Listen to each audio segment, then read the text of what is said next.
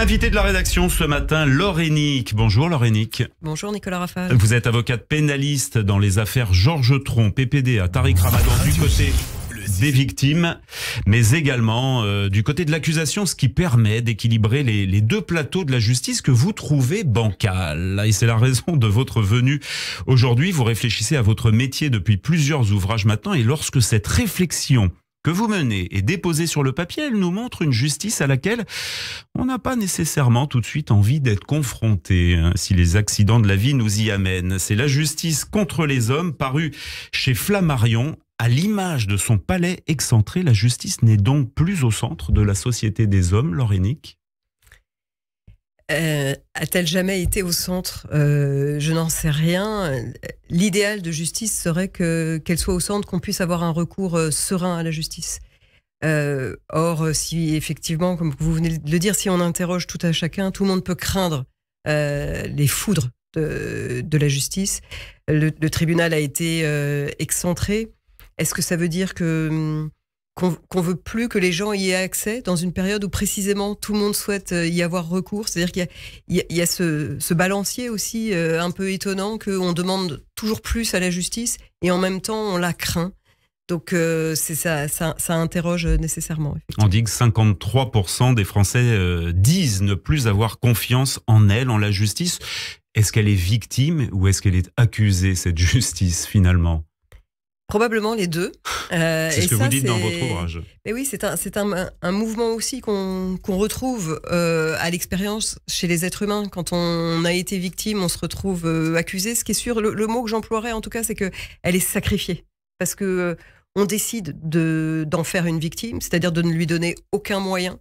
Les gens travaillent dans des conditions qui sont véritablement rudes, qui sont maltraités. Les auxiliaires de justice sont mal payés. Ils ont un travail les gens peuvent être jugés jusqu'à 2 heures du matin. Ouais, ça, ouais. Et donc, on voit qu'il y a un mal-être au travail. Et cette violence-là, qui est administrée aux magistrats notamment, bien sûr que quand on juge quelqu'un jusqu'à 2 heures du matin, on peut être excédé, on peut juger les gens en 20 minutes. Et forcément, en 20 minutes, on répercute, même sans le vouloir, une violence. Et au bout d'un moment, ça s'instaure une forme d'habitude, de rituel judiciaire qui fait que 20 minutes, ça ira bien. Et c'est cette violence-là qui s'abat sur tous. Alors la question qui vient, c'est pourquoi maintenant un tel ouvrage ? Vous dites que la justice bâcle les gens, qu'ils sont maltraités, brutalisés. Vous écrivez, page 81, « Pas un jour où l'on ne se dit pas que la justice s'en fout et probablement qu'on se trompe, que c'est plus compliqué que ça. » Et je cite cette phrase de Zola dans Germinal, « Il faut rebâtir un monde propre avec plus de justice. » On est en 1885. Alors, est-ce que vous avez noté une dégradation récente du corps judiciaire depuis les 25 ans que constitue votre expérience ? Oui, je pense que cette dégradation, on peut plus facilement la voir dans les hôpitaux, par exemple, ou dans les écoles, parce que tout le monde a recours à un moment donné à l'un ou à l'autre. À la justice, on espère ne pas y avoir recours dans la vie. Moi, ça fait 25 ans que je traîne ma robe dans les tribunaux. Il y a 25 ans, quand on voulait avoir recours à un juge aux affaires familiales, on pouvait l'avoir en quelques semaines. Maintenant, il faut attendre quelques mois. Donc, vous avez un des parents qui a pu faire sa loi, qui a pu prendre un enfant, qui a pu dire c'est comme ça. Et puis, quand on arrive devant le juge aux affaires familiales 8 mois après, que voulez-vous que le juge fasse ? Il confirme en fait la loi qui a été décidée par un des deux parents. Donc, c'est une extrême violence qui est cautionnée par la justice. Et je pense qu'elle est bien plus instrumentalisée. Elle a toujours été instrumentalisée par les politiques, mais elle l'est encore davantage aujourd'hui. Et cette instrumentalisation est déjà une violence à l'origine. Et c'est pour ça, on peut retrouver votre première question. Cette instrumentalisation fait d'elle une victime. Et en sa qualité de victime, elle devient elle-même violente et elle rejaillit. Et c'est ce qu'on voit sur l'histoire des hommes, hein, et puis sur toute l'histoire que vous pouvez raconter ici, précisément d'ailleurs à cette radio. Quand on est maltraité, on peut devenir soi-même violent, ça devient plus difficile. Pourquoi les deux n'arrivent plus à se parler comme il faudrait ? Vous dites la violence des discours politiques et médiatiques dégrade l'espace judiciaire et l'institution éreintée malmène à son tour. Qu'est-ce qui fait qu'il y a une impossibilité d'arriver à entretenir une communication sereine Mais ce ne sont pas les mêmes objectifs. Je pense que l'objectif des politiques, c'est de faire voter pour eux. Et il y a quelque chose qui est très facile pour faire voter pour vous, c'est d'agir sur la peur. Donc vous avez un discours qui dit que, par exemple, que vous stigmatisez une certaine catégorie de population. Les pauvres notamment, les étrangers notamment, c'est ce qu'on entend beaucoup en ce moment avec Éric Zemmour, avec l'extrême droite qui prend la parole, en stigmatisant une certaine catégorie de la population et en tentant de faire voter. Or, quand vous regardez la réalité des choses, par exemple, on entend beaucoup que les gens sont libérés trop tôt, qu'ils vont pas jusqu'au bout de leur peine. Et ce qu'on sait, à l'épreuve de la vérité, c'est que s'ils vont pas jusqu'au bout de leur peine et qu'ils sortent de manière aménagée, c'est-à-dire par exemple avec un bracelet électronique ou accompagnés par des rendez-vous réguliers chez des juges d'application des peines, ils récidivent moins. Donc le vrai discours sécuritaire qui nous mettrait tous en sécurité, ce serait de dire il faut surtout pas que les gens aillent au bout de leur peine, il faut qu'ils sortent plus tôt, mais de manière aménagée.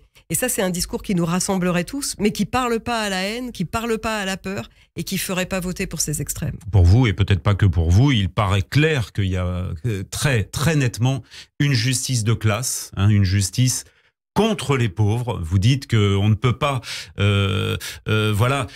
juger sereinement, correctement, quand on est un avocat, qu'on a été élevé peut-être dans des beaux quartiers, et bien des gens issus de fractions de la population des quartiers populaires. Vous dites, page 131, la justice ne peut pas être juste pour tout le monde. Est-ce que les récentes affaires avec le garde des Sceaux, tout ça, ça n'aide pas franchement à donner une image de la justice qui irait parler à tout le monde? Est-ce que c'est pas un petit peu pour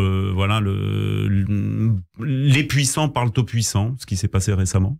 Oui, alors les chiffres sont très clairs. Pour une même infraction, exactement la même infraction, si vous êtes né à l'étranger ou si vous êtes sans domicile, vous avez 8 fois plus de risques d'être condamné à de l'emprisonnement ferme. 8 fois plus de risques. Donc parfois, quand on dit forcément les prisons sont remplies par des gens qui sont nés à l'étranger, mais on comprend pourquoi en réalité. Parce que il y a des biais lorsque l'on juge qui font qu'on frappe plus fort. Alors, vous faites allusion au procès d'Éric Dupond-Moretti devant, en plus, une juridiction. Vous n'avez pas été très tendre avec lui lors d'une émission récente. Non, mais et en même temps, quand je l'entends à l'Assemblée nationale brocarder Marine Le Pen, je me dis que et c'est comme ça qu'on l'aime aussi. C'est quelqu'un qui est capable de se battre contre les extrêmes, mais qui a fait beaucoup de mal, même à l'image des avocats, parce que c'était un avocat fantastique. Et quand il s'est retrouvé, je veux dire, qu'on l'aime ou qu'on l'aime pas, il avait des moyens probablement brutaux, mais en tout cas, c'était un avocat qui disait des choses qui étaient très importantes comme avocat, est devenu ministre de la Justice, il a fini par dire tout le contraire. Donc, et finalement, par ne pas résister à une certaine forme de puissance, on voudrait savoir ce qui arrive aux hommes quand on leur donne des postes importants. En tout cas, là, il a été jugé par une juridiction qui n'est pas une juridiction ordinaire, la cour de justice. Et effectivement, ça relaxe.